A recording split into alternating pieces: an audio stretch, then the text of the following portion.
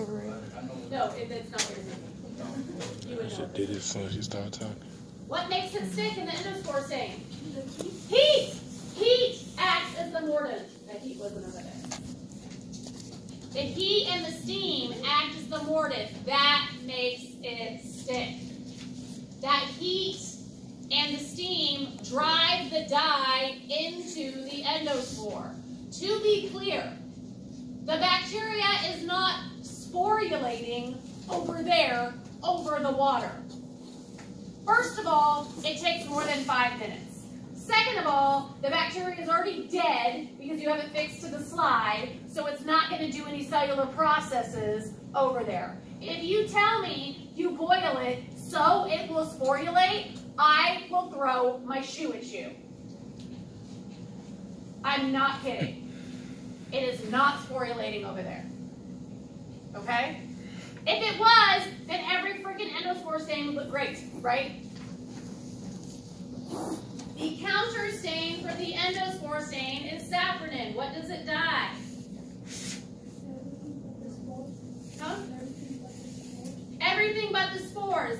The vegetative cells, right? You may see some that are just vegetative. You may see some vegetative cells with a spore in them. And you may see some free spores. The vegetative cell has already gone away. The acid-fast stain. What are we staining? Mycolic acid. Mycolic acid. What's the mordant? Heat. Why do we have to let it cool after we take it off the heat? So the waxy stuff can harden? So the wax can harden. Remember, mycolic acid is a waxy substance. It's really, really hard to stain. So we have to put it over the heat with the steam so the wax gets a little bit soft and the dye can go in there. Then we take it back to our bench, let it cool, and what do we rinse it with? Acid alcohol, right? The acid-fast stain is staining mycolic acid, and we rinse it with acid alcohol. Just keep saying acid, okay? What is the counter stain for the acid-fast stain? Methylene blue. When we see a normal acid-fast stain, what are they normally looking for? Where is that sample from in the clinic? What bacteria are acid-fast?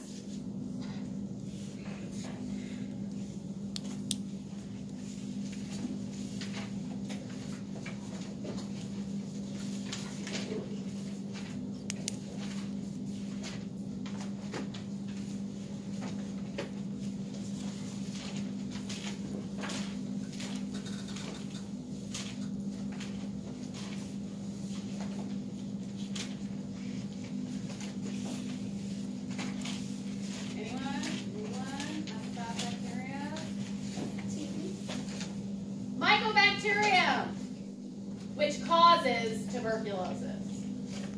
So when an acid-fast stain is done in the clinic, or when you see one in the book, usually there are the hot pink acid-fast bacteria, stained with carbonyl fusion, and then there's like blue stuff, big stuff everywhere. What's that blue? It is methylene blue, but what is it? What is stained? The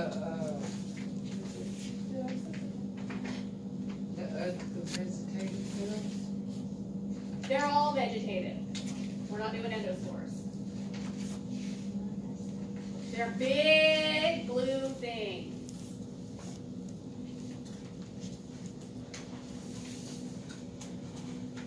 Everyone's fingernails became really interesting. So how would you test someone for TB? What do you think you would test? Where does TB live? In your lungs. Okay, so what would you do for a test? Huh? I can't, like... Mosquito. Yeah!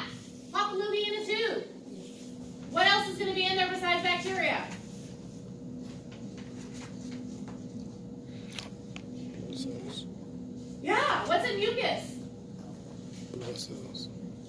White blood cells. Immune system cells, epithelial cells, lots of them if you are having an infection with TB, right? So the methylene blue stains those eukaryotic cells. Those are those big blue things we see whenever you're looking up pictures, acid-fast pictures. It's a little too loud right now. The media discussed, all the media that we discussed, so the TSA, TSB, EMB, MSA, McConkey. Is it selective? Is it differential? Is it enrichment? What makes it so? For example, the MSA plate, mannitol salt agar. It has 7.5% salt. This makes it selective for Staphylococcus or other halophile species because they can live with that much salt. So it is selecting for them. It is differential. Differential means things look different. It is differential because it has a pH indicator in it. If whoever's growing on there can ferment the mannitol that is in the plate and create an acidic byproduct, it will lower the pH of the plate and the pH indicator will turn from pink to yellow. Okay? So if you say a plate is selective and differential, you need to tell me how is it selective. Not just it selects for gram-positives. No. It has 7.5% salt, which doesn't allow the other guys to grow. The plate doesn't have an opinion on who grows on it. And if you just say it selects for them, that's saying the plate has an opinion. Okay?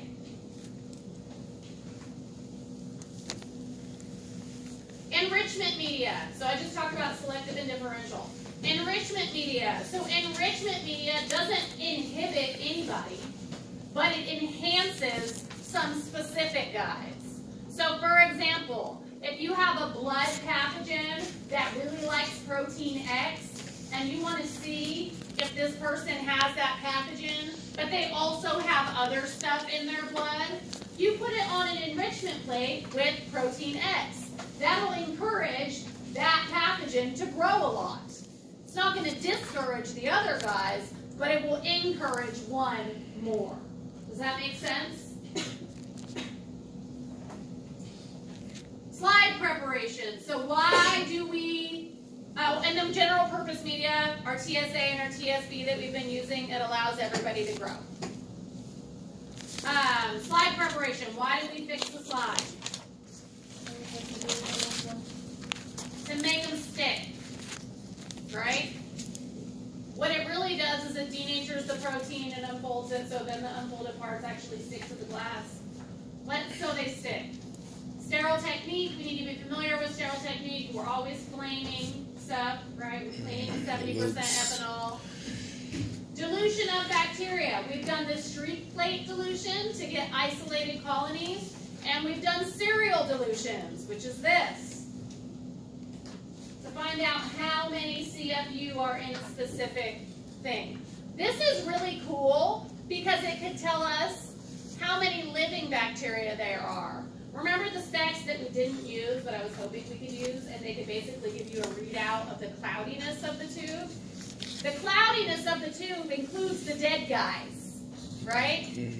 This doesn't. A colony-forming unit is a live bacteria.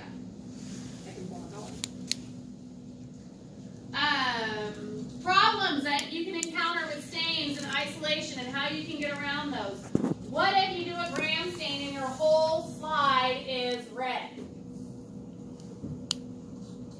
Overstain. You destain too much. Don't tell me you overstain. There is no such thing as overstaining. You can over-destain or under-destain, but you can't overstain. Okay? That's not a thing. Eukaryotes. Oh, crap. Remember lab 4? I'll send it. Oh, crap.